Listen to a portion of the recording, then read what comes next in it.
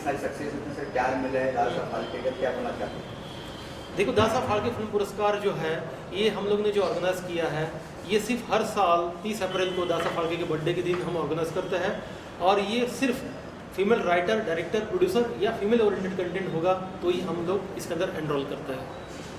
आप मैम कुछ बोलना चाहते हैं प्रोग्राम के दौरान? सबसे पहले तो मैं आप सब लोग को थैंक यू बोलना चाहती हूँ और सॉरी भी बोलना चाहती हूँ कि हमारा अवार्ड काफ़ी 2 घंटा डिले हो गया टेक्निकल इशू की वजह से, सर ने बताया ही है, तो सॉरी एंड थैंक यू दोनों एक साथ। और अवार्ड के बारे में ये बोलूँगी कि जैसे कि आज the father of Indian cinema दादा साहब फाल्के का बर्थडे भी है और वो हमें उस बर्थडे को सेलिब्रेट करने का प्रिविलेज मिला है, तो हम बहुत ही खुशनसीब है कि हमें आज ये अवार्ड ऑर्गेनाइज़ किया और हमारे अवार्ड में पूरे इंडिया से बहुत सारे लोग आए थे। बेसिकली हमारा अवार्ड था बेसिकली वुमेन एम्पावरमेंट के ऊपर था, जो फीमेल राइटर हैं, डायरेक्टर हैं, फिल्म मेकर्स हैं, जो अलग अलग मुद्दों पर वुमेन के सब्जेक्ट के ऊपर जिन्होंने फिल्में बनाई हैं, तो हम उनको ही सम्मानित कर रहे थे अवार्ड से।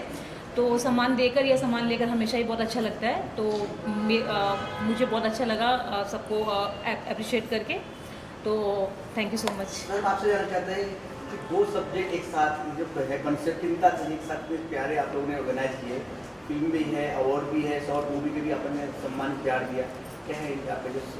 सर ये सवाल बहुत अच्छा किया, इसलिए थैंक यू सो मच। खास करके मैं आज जो सियासती लोग हैं, चाहे वो किसी भी पार्टी का हो, किसी भी पार्टी का हो, आज हर कोई पॉलिटिकल पार्टी आती है, एक जाती है, दूसरी आती है, दूसरी आती है, तीसरी आती है, लेकिन जो आम इंसान की जो तकलीफ़ें हैं वो तकलीफ़ अपनी जगह पे है। तो ये कॉमन मैन की तकलीफ़ सॉल्व तब तक नहीं होगी जब तक कि इसकी जिम्मेदारी हम खुद नहीं उठाएंगे, चाहे वो सोशल मीडिया के ज़रिए हो, छोटे छोटे यूट्यूब चैनल के ज़रिए हो। आप इसको उजागर करने की कोशिश करें कि हम सिर्फ धर्म मज़हब के नाम के ऊपर, राम मंदिर हो या बाबरी मस्जिद हो, इससे हमारा घर नहीं चलेगा मेरे दोस्तों। हमारा ज़िंदगी जीने के लिए सिर्फ हमको रोटी की ज़रूरत होती है और ज़िंदा रहने के लिए सांसों की ज़रूरत होती है, जो कुदरत ने फ्री में दी है। जितने भी पॉलिटिशियन लोग हैं उनकी सारा वेरिफिकेशन करके देख लो, करोड़ों अरबों की जायदाद है, लेकिन कोई भी आम इंसान के बारे में नहीं सोचता। रोज़ के 500,000 रुपया कमा कर लोग अपनी दिन निकाल रहे हैं। लोग छोटे छोटे चीज़ों के लिए, एजुकेशन के लिए तरस रहे हैं, बहुत सारी चीज़ों के लिए। तो हम लोग ने एक अवार्ड का एक नया रूप दिया है ताकि लोगों में जागरूकता आए।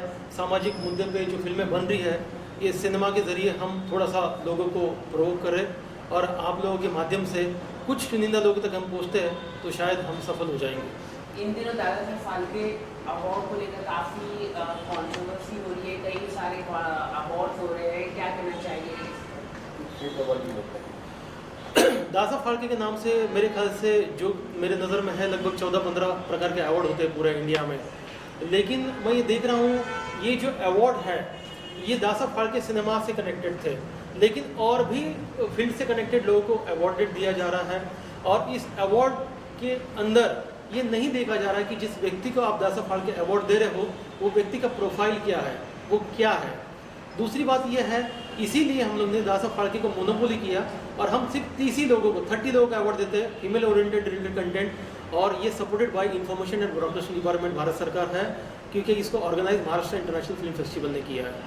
इसके अलावा क्या क्या आपकी तरफ से नया आने वाला है, कब क्या करने वाला है?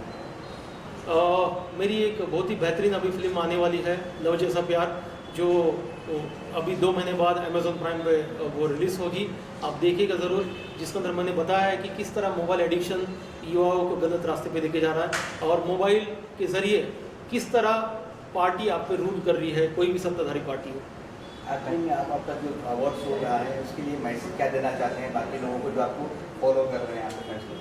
मैं सिर्फ इतना मैसेज देना चाहूँगा कि इसके अंदर सबसे बड़ा और अहम जो हमारा अवार्ड था वो था fight for equality and humanity award, कि इंसानियत के लिए और समानता के अधिकार के लिए जो डॉक्टर बी आर अम्बेडकर ने जो संविधान हमको दिया है, हमको सब ने मिलाकर अगर हमने संविधान को नहीं बचाया तो आने वाले कल में सारे के सारे लोग गुलाम होंगे इस देश में, और ये लिखित है। Thank you so thank you much. Ma'am, thank you thank you so much. ये दूसरी बार हुआ है मेरे पूरे करियर में कि दादा साहब फाल्के अवार्ड मिला है मुझे।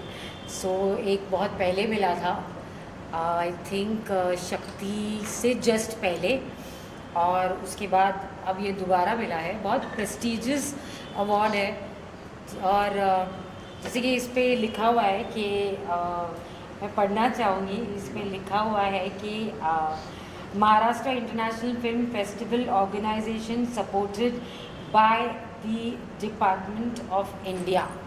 So जब भारत सरकार लिखा होता है आपकी ट्रॉफी पे, तो उस में आप मतलब क्या कहे, सिर्फ आप ऐसे हाथ जोड़ के कहोगे कि thank you so much. Thank you भी बहुत छोटा सा वर्ड है। सो मेहनत का फल है। बहुत सालों से काम कर रही हूँ, लिए हैं बहुत ट्रॉफीज़, लेकिन ये हमेशा स्पेशल रहा है और रहेगा। सो बस आप सबका प्यार है, आशीर्वाद है, अच्छा अच्छा काम करते रहूँ। और ये इसलिए भी मिला है कि मतलब ये ट्रॉफी क्यों मिली है मैं वो भी बताना चाहती हूँ। It's for my outstanding contribution to Indian television. तो मैं हमेशा कहती हूँ कि मुझे टीवी से बहुत प्यार है। मेरे लिए टीवी सबसे पहले, अगर कभी OTT करती हूँ, फिल्म करती हूँ, जो भी करती हूँ वो सब बाद में आएगा, लेकिन सबसे पहले मेरे लिए सबसे ऊपर टेलीविज़न है।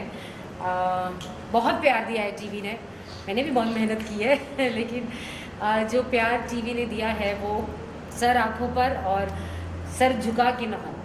Thank you very much. आप होस्ट, आपके काम गिनवाती चली गई, आप छप गई, आपके काम खत्म नहीं हुए तो हाँ, अरे क्यों ख़त्म हो, मैं तो चाहती हूँ कि आखिरी सांस मैं अपना काम करते करते ही लूँ। कितना प्राउड मोमेंट था आपके लिए कि इतना काम आप कर चुकी हैं? नहीं, अच्छा लगता है, बहुत अच्छा लगता है जब भी कोई कहता है कि अरे तुम तो कर ही लोगी कुछ ना कुछ, तुम तो बैठने वाली नहीं हो, तुम तो कर ही लोगी काम। और जब मेरा नाम अच्छे एक्टर्स में आता है तो मुझे और अच्छा लगता है। मैं हमेशा कहती हूँ मैं स्टार नहीं हूँ ना, मुझे स्टार बनना है, मैं एक्टर बनना चाहती हूँ और कोशिश करती रहूँगी कि जब भी काम करूँ, जब भी कैमरा फेस करूँ तो लोग यही कहे कि बढ़िया एक्टर है यार, इसका काम अच्छा लगा। तो मेरे लिए यही चीज़ मैटर करती है और आगे भी करती रहेगी। और आप लोगों ने भी बहुत साथ दिया है, सो ऐसे ही देते रहिए साथ मेरा। आपका एक्टर तो आप बन गई हैं, अच्छी पॉलिटिशियन तो उसके बारे में थोड़ा सा। ऐसी पॉलिटिकल बातें नहीं करते हैं एक्टिंग की बातें करते हैं। मैम एक्टिंग की बात करते हैं, एक्टिंग की बात करते हैं ma'am. Already TV, Bollywood, Tollywood आपने सब कर रखे हैं। कौन ऐसा ही जो है आप करना चाहता है, कौन आपके रोल मॉडल से देखकर आप प्रेरणा आगे बढ़ाते हैं, आप प्रेरणा जो आपका है? ऐसा कुछ नहीं है, मैं हमेशा सिर्फ यही चाहती हूँ कि जो भी मुझे रोल मिले उसे मैं बहुत बेहतर तरीके से करूँ। जो भी उम्मीदें मुझसे हैं मेकर्स की, मेरे फैंस की, उस पर मैं खरी उतरूँ। और कोशिश हमेशा यही रहती है कि जो मैंने पहले किया है या तो फिर जो रूटीन टीवी में चलता है उससे थोड़ा सा अलग करूँ ताकि वो बोरिंग ना लगे। मैम आपने कॉमेडी भी की है, आपने सीरियस रोल भी किए हैं, दोनों ही काफ़ी बखूबी आपने किए हैं, आपकी टाइमिंग अच्छी कॉमेडी की भी। तो क्या ऐसा हम उम्मीद कर सकते हैं कि आप आगे भी कॉमेडी? आप प्रे करो, मैं करना चाहती हूँ कॉमेडी, मैं जेन्युइनली करना चाहती हूँ क्योंकि बहुत मज़ा आता है कॉमेडी करने में। आप प्रे करो कि मुझे मिल जाए जल्दी कुछ, जैसे कॉमेडी सर्कस था और कॉमेडी सर्कस की बहुत सारे सीज़न मैंने किए हैं, तो ऐसा कुछ मैं डेफिनेटली करना चाहूँगी। और मैं सच बताती हूँ बहुत मज़ा आता है, बहुत बहुत बहुत। सो करना चाहूँगी। It's too much of fun. रुलाना आसान है कि हंसाना, क्या आपके हिसाब से क्या? रुलाना आसान है, हंसाना बहुत मुश्किल है, बहुत मुश्किल है, ट्रस्ट मी। सो जितने भी हमारे स्टैंड अप कॉमेडियन हैं उन सबको सलाम, बहुत अच्छा काम करते हैं। अगर वो हंसा पाते हैं तो उनमें भर भर के इमोशंस हैं और बहुत टैलेंटेड है वो लोग। मैम रिसेंटली दंगल टीवी की एक्ट्रेस कृष्णा मुखर्जी ने कहा, उनके जो प्रोड्यूसर है जब शूट करते वक्त उन्हें रूम में बंद कर दिया गया, उन्हें लॉक कर दिया गया, ऐसा उन्होंने खुद सोशल मीडिया में आकर कहा। उनके पेमेंट्स भी नहीं लिए जाते, 3-3 महीने का आप जानते हैं हर एक्टर को लेट पेमेंट जाते, चैनल साइलेंस रह जाता है। हाल ही में एक एक्टर को निकाल दिया गया बिना नोटिस पीरियड देके। अगर एक्टर कुछ टैंट्रम की तरह तो एक नोटिस पीरियड देना चाहिए। तो आप क्या देख रहे हैं कि टीवी इंडस्ट्री में हम बहुत सारे लोग बात करते हैं, लेकिन जो वर्क कंडीशन है एक्टर्स की, पेमेंट्स को लेके, इस पर आप क्या कहना चाहेंगे? ये जो आपने किस्सा बताया मुझे इसके बारे में पता नहीं है। अगर ऐसा हुआ है तो मैं ये कहूँगी कि ताली एक हाथ से नहीं बजती। क्या रीज़न है, क्या वजह है मुझे नहीं पता, बट कमरे में बंद करना ये थोड़ा ज़्यादा हो गया। बट पता नहीं ऐसा क्या हुआ जिससे मतलब वो बात इतनी आगे बढ़ी कि एक प्रोड्यूसर को एक्टर को कमरे में बंद करना पड़ा. So I don't know, I would like to know both side of the story. और जब पेमेंट की बात है तो जब आप काम मांगने जाते हो, आप ऑडिशंस करते हो, आप लुक टेस्ट करते हो और आप कॉन्ट्रैक्ट साइन करते हो, तो आपके सर पे बंदूक नहीं रखी गई है कि आप साइन करो. आप तभी अपने टर्म्स एंड कंडीशंस क्लियर करो, क्योंकि प्रोड्यूसर को भी पैसा जो मिलता है वो उस टाइम के बाद ही मिलता है. वो 90 डेज़ है या 60 डेज़ है, उन्हें भी तब मिलता है. तो अगर आपको दिक्कत है तो आप पहले से बात करें. मुझे ना बहुत सारे एक्टर्स की ये एक बात बहुत बुरी लगती है कि जब आप काम मांगने जाते हो, जब आप ऑडिशन करते हो, लुक टेस्ट करते हो, जब आप कॉन्ट्रैक्ट साइन करते हो, तब आप हाँ जी करके कर लेते हो. उसके बाद जो टैंट्रम शुरू होते हैं, मैंने खुद देखे हैं एक्टर्स के tantrum. So let's not only blame the makers कि वो ऐसा करते हैं, वैसा करते हैं, वैसा करते हैं. एक्टर्स आपको पता है, आपको पता ही होगा, नहीं पता है तो मैं बता देती हूँ एक्टर्स क्या क्या नहीं करते हैं. मुझे भी पता है, सब हाँ, पता है. तो लेट भी आते हैं, रेडी होने को भी टाइम लेते हैं, सेट पे आने के लिए भी टाइम लगाते हैं, 4 लाइन ढंग से बोल नहीं पाते हैं. ऐसे बहुत सारे हैं जो मैंने देखे हैं, लेकिन वो रातों रात स्टार बन जाते हैं. वो 15 मिनट एक्स्ट्रा काम कर ले तो वो एक्स्ट्रा 15 मिनट का बिल देते हैं. तो there are lot of things. और अगर आप ये कहेंगे कि एक्टर्स विक्टिम है, तो जो मैंने देखा है, मैं ये कहूँगी कि प्रोड्यूसर्स मेरे सामने मैंने बेचारे देखे हैं एक्टर्स के सामने, और बहुत सफ़र किया है. और बहुत सारे शोज़ हैं जो एक्टर्स की वजह से बंद हुए हैं. तो आई वुड से कि अगर एक्टर्स ये करते हैं, पहले 12 घंटे प्रॉमिस करते हैं, फिर लेट आते हैं, फिर वो जो भी नाटक करते हैं वो replace them, teach them a lesson, show them कि everybody is replaceable in this industry. कोई भी ऐसा नहीं है जो रिप्लेस नहीं हो सकता. The show must go on. और टेलीविज़न में शो ही है जो इम्पॉर्टेंट है. Nothing and nobody is bigger than the show, and that's how it should be. और अभी आप कितने प्राउडली आप खुद को कहते हैं कि मैं टीवी एक्टर हूँ, लेकिन कई सारे टीवी एक्टर बहुत पॉपुलर होते हैं, लेकिन उनको कहना है कि हम टीवी एक्टर, हमें मत बुलाएं. I am very proud to be a TV actor. मैंने अभी भी कहा कि टीवी ने बहुत प्यार दिया और मेरे लिए टीवी सबसे ऊपर है. और मैंने पहले भी कहा, जब मुझे ये कहा गया था कि please take a break from TV to do OTT, तो मैंने उनको नमस्ते कर दिया और मैं कहा नहीं, मैं टीवी से ब्रेक नहीं लूँगी. हाँ, अगर टेलीविज़न मुझे खुद ब्रेक दे देता है तो बात अलग है, लेकिन मैं अपनी मर्ज़ी से ब्रेक नहीं लूँगी. मेरे लिए टेलीविज़न सबसे ऊपर है.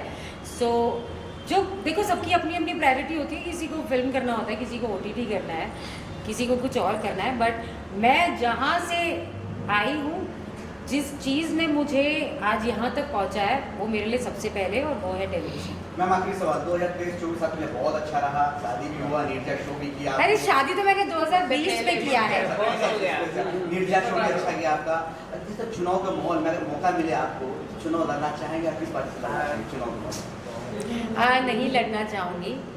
आज बताती हूँ खुल के. जैसे ही मैंने पॉलिटिक्स ज्वाइन किया, बहुत सारी चीज़ें जो हम बाहर से देखते हैं हमें नहीं पता होती. जब हम अंदर जाके देखते हैं, बहुत सारी चीज़ें समझ आई, दिखाई दी, थोड़ा सच पता चला, और अच्छाई भी पता चली, बुराई भी पता चली.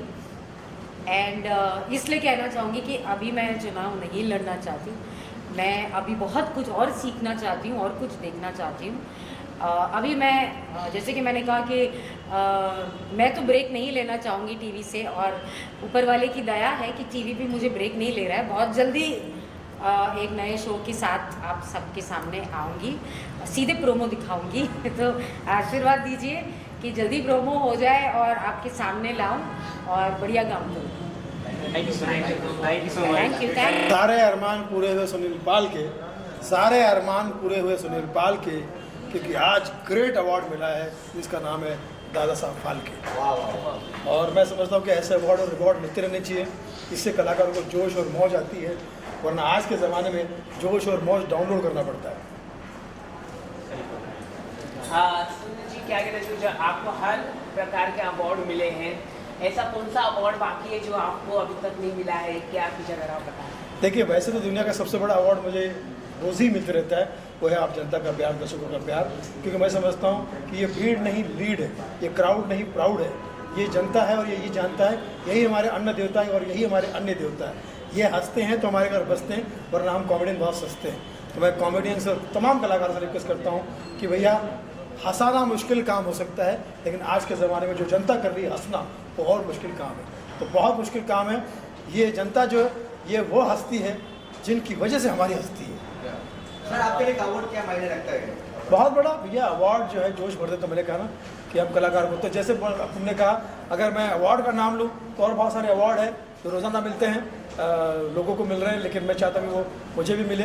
लेकिन हर अवार्ड अपने आप में एक ग्रेट ही अवार्ड होता है, वो कोई उसका एक रिस्पेक्ट होता है। मुझे मिल रहा है तो मैं समझता हूँ कि मेरे लिए बहुत बड़ी सम्मान की और जिम्मेदारी की बात है कि कल को मुझे और अच्छा काम करना है ताकि दर्शकों को मैं और दिल से हंसा सकूँ और खुश रख सकूँ, कोशिश कर सकता हूँ। क्योंकि मैं समझता हूँ कि किसी को खुल के हंसाना इससे बड़ी इबादत नहीं और किसी के दिल को दुखाना इससे बुरी आदत नहीं। इसलिए ना सिख, ना ईसाई, ना हिंदू, ना कॉमेडियन हूँ। मेरा मज़हब है हंसाना, मैं बस कॉमेडियन हूँ। बहुत बढ़िया, बहुत बढ़िया। क्या कहना चाहोगे? रिसेंटली राखी सावंत ने आज कहा है कि वो मंडी से लड़ने वाली कंगना रनावत के लिए खिलाफ कांग्रेस पार्टी से, ऐसा उन्होंने कहा है, मतलब लड़ना चाहती है। आप क्या कहना चाहिए? भाई मंडी के 3 मतलब निकलते हैं। एक मतलब मंडी मतलब मार्केट, ये मार्केट में मतलब कंगना जी के, कंगना रनावत के खिलाफ लड़ना चाहती है राखी सावंत। हाँ तो अच्छी बात है। आज उन्होंने अपना इच्छा जताया। हाँ तो समझ लो कि दोनों मीडिया की बेटी हैं, दोनों मीडिया, एक राखी सावंत जो मीडिया की बेटी है और दूसरी कंगना रनावत। तो मैं समझता हूँ कि ये इन दोनों का कोई तोड़ नहीं है और ये अगर मंडी से लड़ रही है तो मैं समझता हूँ कि मंडी जो है वो मार्केट है, बहुत बड़ा मार्केट है, इलेक्शन का मार्केट है। और इन दोनों की वजह से ये मार्केट और गरमाया जाएगा क्योंकि दोनों बहुत हॉट है। लेकिन आपको लगता है राखी जी इतने दिनों के बाद आई है मुंबई, दुबई में, क्या लगता है कि राखी जी को कोर्ट ने कहा है कि पेश हो जाइए मुंबई पुलिस के सामने, नहीं तो क्या कहना चाहिए? क्या ये सुलझ जाएगा कि नहीं? भाई वो जोगेश्वरी में रहती है, लेकिन जुडिशरी की सम्मान अगर नहीं कर रही है तो जोगेश्वरी में रहने का फ़ायदा नहीं है। न्याय जो है, कानून जो है वो हम सब के लिए बड़ा रिस्पेक्टेड है। अदालत जो है अपनी अदा की लत कहीं और दिखाई है, लेकिन अदालत में आई है क्योंकि यहाँ फैसला जज की बात से होता है, जज्बात से नहीं। लेकिन कहीं ना कहीं जो मुनावर थे, आपका मुनावर को बीच में फैंस ने अंडे से मारा, ऐसा कई सारे सोशल मीडिया अरे में खबर। उनको अंडा मिला होगा, डंडा नहीं मिला होगा। डंडा मिलता तो डंडे से मारते। क्यों, ऐसा क्यों बोलो? गाली गलौज करने वाले की मेरी नज़र में कोई इज्जत नहीं है। गाली गलौज करने वाला मेरे लिए एज गुड एज आतंकवादी है, जो हमारे आने वाली पीढ़ी को सोशल मीडिया के ज़रिए, यूट्यूब के ज़रिए, गाली गलौज के ज़रिए अगर कॉमेडी भी नहीं कहूँगा, परफॉर्म करता है, पर मतलब कुछ जो भी करता है उससे हमारी जो पीढ़ी है, आने वाली पीढ़ी जो है वो ख़राब हो रही है। और ये जो पीढ़ी है ये मेरे लिए बहुत रिस्पेक्टेड है, क्योंकि ये पीढ़ी नहीं, ये हमारी डीपी है, ये आने वाले ज़माने की हमारा भविष्य है और भविष्य को बरगलाने वाला आतंकवादी से कम नहीं हो सकता। शिल्पा से एक सवाल मेरा है कि आजकल जो बहुत सारे ऐसे एड्स हैं जो एक्टर्स को नहीं करने चाहिए, ऐसे ही एक पान मसाला का ऐड है जिसे टाइगर श्रॉफ अभी करना चालू कर दिया, वो वही सेम ऐड है जो बड़ी मियाँ ने यानी कि अक्षय कुमार ने छोड़ दिया था। तो ये क्या कहना चाहेंगे, क्या नए एक्टर्स को ये इस तरह के ऐड करने चाहिए पान मसाला का और सीनियर एक्टर्स को? किसी भी कलाकार को पान मसाला का, भले उसका शॉर्ट फॉर्म पीएम होता है, लेकिन पीएम को ऐसा भी प्रमोट मत करो कि लोगों तक गलत जाए। मैं तो हाँ, गलत जगह प्रमोट मत करो। पान मसाला का ऐड किसी भी आर्टिस्ट को नहीं करना चाहिए, शराब का ऐड किसी को नहीं करना चाहिए। मैं समझता हूँ कि ये करने से लोगों में गलतफहमी बढ़ती है और प्रॉब्लम होता है, पीढ़ी ख़राब होती है। जैसे हमने कहा कि हीरो जो है, हीरो शुड बी हीरो। मैं रिस्पेक्ट करता हूँ जैकी श्रॉफ साहब को, जैकी श्रॉफ उनके फादर है, फिर जगह जगह पेड़ बांट रहे, हरियाली बांट रहा, बेड़ू तू मेरा बच्चा है, बेड़ू तू मेरा बच्चा है, बेड़ू लो पेड़, ट्री लो बेड़ू, ट्री लो। पेड़ बांट के दुनिया को जंगल करना चाहते हैं ताकि टाइगर जंगल में सेफ रहे और ये दुनिया के बच्चों को अनसेफ करना चाहते हैं। ऐसा नहीं करना चाहिए। टाइगर श्रॉफ भी अच्छा कलाकार है। कभी कभी मुझे शक होता है कि जैकी श्रॉफ का बेटा है कि जैकी चैन का, हरकत है उसकी जैकी चैन जैसी, लेकिन बिड़ू हमारे जगुदा का मैं बहुत रिस्पेक्ट करता हूँ। लव यू बिड़ू। Thank you. तो ये कहना चाहूँगी कि मेरी ये जो फिल्म है उसका जो सोशल कॉज है और मेरी कोशिश ये जठरे शयनम के थ्रू जो लोगों को दिखानी है वो यही है कि ये जो सेंसिटिव इश्यू है, जिसके पास न पैसा है, न परिवार है, न कोई साथ है, न सरकार है, फिर भी ये जो नव सर्जन का जो पथ पर वो अकेली चल रही है, उसके वो सफ़र में जो हॉस्पिटल नर्सिस और वो जो नया परिवार बन रहा है, और वो नया परिवार इतना ज़्यादा सपोर्टिव रहता है, और फिर वो जो होप डिलीवर करती है, मतलब जठरे शहनम is all about universe, hope and faith. तो ये फिल्म जो है वो ज़्यादा से ज़्यादा अभी इंटरनेशनल फिल्म फेस्टिवल में चल रही है, और मेरी ये कोशिश है कि वो ज़्यादा से ज़्यादा लोग देखें। Thank you. मेरा नाम संजय रोशन तलवार है और ये मेरी फिल्म है महालक्ष्मी पथ द रिवॉल्यूशन, जिसको आज दादा Saheb Phalke award experimental film में मिला गया है। तो इसको एक्सपेरिमेंटल इसलिए कहा जा रहा है क्योंकि इस किस्म की फिल्में ज़्यादातर बनती नहीं हैं। फिल्मों से जो लोग मैसेज लेके जाते हैं अपने घर में, वो कभी कभी झूठ से रिलेटेड रहता है, या कोई ऐसी गंदगी को देख के हम उसका मज़ा उठाते हैं। ये फिल्म में ऐसा दौर चल पड़ा है। हम लोगों की फिल्म महालक्ष्मी पथ अलग से है क्योंकि वो हमको वो रास्ता दिखाती है जिस रास्ते से हम नेक रास्ते पे जा सकें, और हमारे अंदर जो फीमेल एनर्जी है, जो हमारे अंदर शक्ति है जिसको हम जगा सकते हैं, उस शक्ति को का माध्यम है योगा, जिसे हम सहज योगा कहते हैं। और उस योगा के माध्यम से हम एक कुंडलिनी शक्ति, अपनी आंतरिक शक्ति की जागृति के बारे में इस फिल्म में बात कर रहे हैं। और हमारे जो दो फीमेल कैरेक्टर्स हैं वो कैसे एक अच्छी गृहलक्ष्मी बनकर, एक अच्छी नारी बनके वो अपने घर को संभालती हैं और दूसरों को भी रास्ता दिखाती हैं कि कैसे सही जीवन में, कैसे सही तरीके से अपना पालन जीवन का करना चाहिए अपने प्रति, लोगों के प्रति। तो हम लोगों को अपने आप को एक अच्छा नागरिक कैसे बनना है, हम इस फिल्म के द्वारा हम बहुत कुछ सीख सकते हैं। मेरा आइडिया ये था कि हम लोग फिल्मों में एंटरटेनमेंट तो ज़रूर लेते हैं, मगर फिल्मों से कोई अच्छी बात, कोई अच्छा मैसेज, जिससे कि हम लोग अपने आप के अंदर सुधार ला सकें, अपने समाज में सुधार ला सकें। और इस सहयोग के द्वारा ये मानवता के लिए एक ऐसी देन है हमारे योग शास्त्रों में, जिसके बारे में जो हमारे प्रधानमंत्री साहब हमेशा कहते थे कि ये युग भूमि है, उसको हम थोड़ा बढ़ावा दे रहे हैं। हमारे जो शास्त्रों में लिखा गया है वो पूरे देश विदेश में आज उसका गुणगान हो। ये महालक्ष्मी पथ वो पथ है जो आपको वो दर्शाता है कि आप आगे चल के क्या बन सकते हैं इस दुनिया के लिए, आपके अंदर क्या क्या जिम्मेदारियां हैं एक अच्छा नागरिक बनने की। तो मेरा ख्याल है बहुत अच्छा लगेगा। काफ़ी प्राउड मोमेंट है एक एक्टर के लिए अवार्ड मिलना, वो भी दादा साहेब फाल्के पुरस्कार, एक ऐसे रोल के लिए जो मेरे कंफर्ट जोन से बाहर है। जैसे अंदर की बात की गई कि मैंने काफ़ी सालों तक कॉप किया है, पुलिस किया है, तो खुद को एक्सपेरिमेंट कर रहा था, खुद को एक्सप्लोर कर रहा था। और ऐसे ही एक पहले प्रोजेक्ट में इतना बड़ा अवार्ड मिलना, ये एक बहुत ही खुशी वाली बात है। और फैन से, दर्शकों से क्या कहना चाहिए? आज अवार्ड मिला, क्या एक्सपेक्ट करें आपसे आने वाले दिनों में? कोई नया प्रोजेक्ट कुछ अगर आप बता?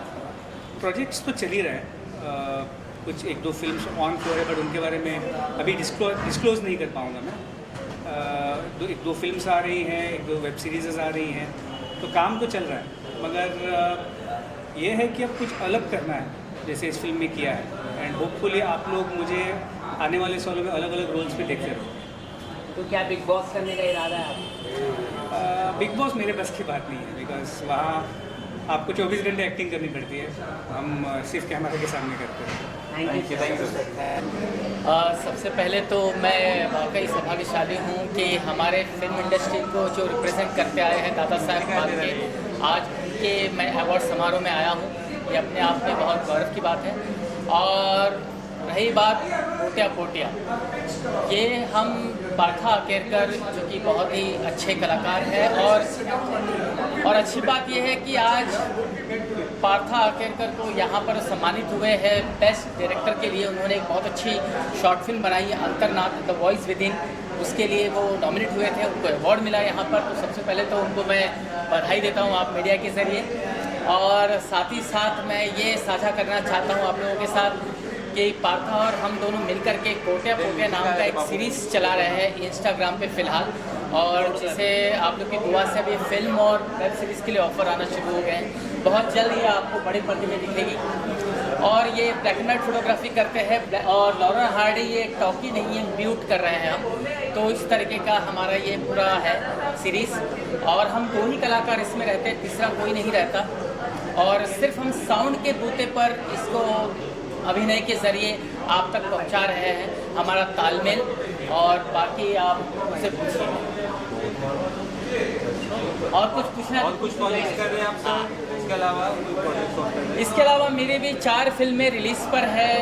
एक आ रही है तोता उड़ मैना उड़, और एक आ रही है ट्रिपल तलाक, एक है सुस्वागतम खुशामदीद, और एक है भूत आगतम। 4 फिल्में और एक वेब सीरीज़ है the paper trial.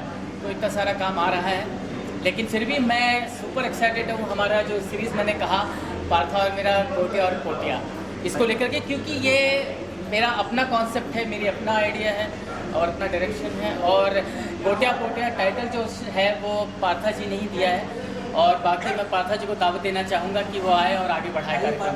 Phalke award मिला है, क्या सर मैं बहुत एक्साइटेड हूँ सर, बहुत एक्साइटेड हूँ। ये this is my first film और पहली फिल्म में दादा साहब फाल्के पुरस्कार मिलना, ये बहुत ही लकी समझता हूँ मैं अपने आप को, because Phalke ji was the pioneer of film making और you know he is the godfather of Indian cinema. और उनके आशीर्वाद से अगर मुझे सम्मानित किया गया है तो, और वो भी उनके जन्मदिन पर, तो इससे बढ़िया बात मेरे लिए कोई नहीं है। And I sincerely thank Vikrant Maurya ji and MB enterprises to consider me. Dada Saheb Phalke award के अलावा कुछ अगर आप बताना चाहें, कुछ नए प्रोजेक्ट अगर? जी बेसिकली मैं एक्टर हूँ और एक्टिंग के बाद अब कोविड के बाद I have also taken into direction. कई सारी कहानियाँ हैं जिन्हें मैं लोगों के साथ शेयर करना चाहूँगा। तो अभी मैं राजकुमार कनौजिया जी हैं मेरे मित्र, उनके साथ एक ह्यूमरस सीरीज़ कर रहा हूँ which is a tribute to you know Indian actors, and वो एक माइम के ज़रिए हम पेश कर रहे हैं। साइलेंट कॉमेडी है, ब्लैक एंड वाइट है, उसका नाम है गोटिया पोटिया। ये काफ़ी इंस्टाग्राम पे फेमस है और बहुत लोग इसकी सराहना कर रहे हैं। बहुत लोगों तक ये रील्स पहुंच रहे हैं। थॉट प्रोवोकिंग है, साइलेंस है, 15 सेकंड से 30 सेकंड में हम पूरा खेल जाते हैं एक ही टेक में, और लोगों के दिलों को छूने की कोशिश करते हैं और पुरानी यादें ताज़ा करते हैं। तो ये प्रयास हमारा है कि हम आगे इसे ले जाए और ये सिनेमा में परिवर्तन इसका हो। Thank you. So first of all, thank you so much to God and also the organizer for this wonderful opportunity. मेरा गाना आ रहा है आज की रात, एंड उसके अलावा तो वेब सीरीज़ आ रही है फ़िलहाल, एंड येस अपकमिंग शूट्स है काफ़ी सारे, that's why I am here. So I am based out in Dubai and I specially come here for this event, and I'm also working on third on Bombay Times Fashion Week. So hope to see you soon all over there. इतने सारे प्यार मिले गाने को, आप बोल रहे हैं इतने सारे काम मिले हैं, इतने मीडिया से हर जगह प्यार कर रहे हैं, क्या बोला है, कितने एक्साइटमेंट में प्यार मिला आपको? So I really feel that I'm so blessed that I get this opportunity. तो ये ऊपर वाले की दुआ है और माँ बाप का आशीर्वाद है और आप सबका प्यार है। गाने क्या हुक लाइन है, कोई बार याद है तो एक लाइन सुनना चाहिए। So टाइटल है आज की रात, कि आज की रात ना जा, that's the song. And so it's basically a romantic song, but unique चीज़ ये है ये गाने की कि ये इंडिया के साथ साथ इसमें काफ़ी सारे पाकिस्तानी आर्टिस्ट भी हैं, एंड ये गाना रिलीज़ हो रहा है दुबई में, एंड वी ट्राई कि हो सके तो यहाँ इंडिया में भी we will do it. So that's a beauty of a song कि हम इंडिया पाकिस्तान को एक साथ टुगेदर लेके चलें। यहाँ पे क्या आप शूट कर रहे हैं? Yes, so as I said it right now, अभी एक फैशन इवेंट है, मैं वो कर रही हूँ। इसके अलावा मेरे 2 सॉन्ग आ रहे हैं, एक कासिम हैदर जो है उनके साथ मेरे 2 गाने हैं वो आ रहे हैं, एंड एक वेब सीरीज़ है जिसका shoot after 1 month it will start. किस टाइप के सॉन्ग जो आ रहे हैं आपके, जो नेक्स्ट जो आ रहे हैं किस टाइप के सॉन्ग? सो आज की रात जो मैंने किया that was a sad song, love song, and अभी जो गाने आने वाले that's a completely different. One is dance number and second one जो है that is a love song. और जो और कहना चाहेंगे इसके बारे में आप प्यार में ऑडियंस से कुछ बोलना चाहते हैं? Yes, audience, thank you so much for your love and keep blessing me. ऐसे ही आपका प्यार हमें देते रहिए and do like our song as well. Thank you so much. This is for my Konkani language movie, Tarpana. I'm basically from Karnataka, but a prestigious organization from Maharashtra is recognizing our work, and we are extremely happy. Our team is here. One of our actors, Anuj Nayak, has won Best Actor. I'm equally happy for that too. So Tarpana basically is a movie on family emotions. It is about an ego-affected father-son relationship, wherein losing one of them, one losing the other, and the effects after a personal loss. We have dealt with a very emotional topic, very important topic for the current generation. And also regarding the screenplay, the narration of the movie, we have not gone through a normal narration. We have tried something different in the Konkani language, and we should be extremely proud that for a market like Konkani, where not many of the audiences know about this particular language. So for this language, the kind of quality that we have given with this movie, we are extremely happy about that for now. Thank you. मैंने एक film बनाई है she justified करके, और जो हम देखते हैं हमारी घर में बच्चियां हैं या विमेन हैं, उनके जो बेसिक सर्वाइवल इंस्टिंक्ट्स हैं उन्हीं को बचपन से ख़त्म किया जाता है. तुम तेज़ आवाज़ नहीं बोलना, कुछ भी है नहीं करना, ये वैसे करो, ताकि वो सिर्फ ध्यान क्या दिया जाता है कि 20 साल बाद या जब लड़की बड़ी हो जाएगी तो अगले घर में जाके एडजस्टेबल बन जाए. पर ये नहीं सोचता बाय चांस कुछ गड़बड़ हो गया, वहाँ पे उसकी मैरिड लाइफ सक्सेसफुल नहीं रही तो वो बढ़िया. उसके बाद अगर कुछ समस्या आई तो फिर सब लगता है अब इसको आगे बढ़ा देते हैं, अब इसका या तो दूसरा शादी कर देते हैं, जैसा भी लड़का मिले उससे कर दो, या फिर उसको अब पढ़ाओ, कुछ तो करो, कहीं तो नौकरी लगा दो. ये सारी चीज़ें बाद में सोची जाती है, पर क्यों नहीं उसके लिए यही सब चीज़ें पहले से सोच ली जाए. अब तो समाज में इतनी सुविधाएं, अब तो हर नौकरी में भी इतनी सुविधाएं हो गई. पहले जैसे रेस्ट रूम्स और ये फैसिलिटीज़ नहीं होती थी तो हर जगह वुमेन को नहीं लिया जाता था. आजकल तो हर तरह की हमारे पास मोटर व्हीकल्स हो गए हैं सारा. तो समाज जब बदल रहा है तो अभी भी हम उसी तरह से अगर बच्चे को बड़ा करेंगे तो कहीं ना कहीं जाके ये गड़बड़ होगा. तो इस मूवी का मुद्दा यही है, शी जस्टिफाइड, मतलब आज के दिन भी समाज में औरतें जो मारपीट होती है, घरेलू हिंसा होती है, उसको जस्टिफाई करती है कि ये सब ठीक है.